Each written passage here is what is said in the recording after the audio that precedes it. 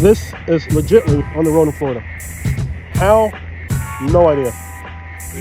Certain states like Maryland, we already know. Florida, if car made it to motor vehicles, they'll put it. I've seen them. I've seen those vehicles. You don't even have to have a hood on that bitch.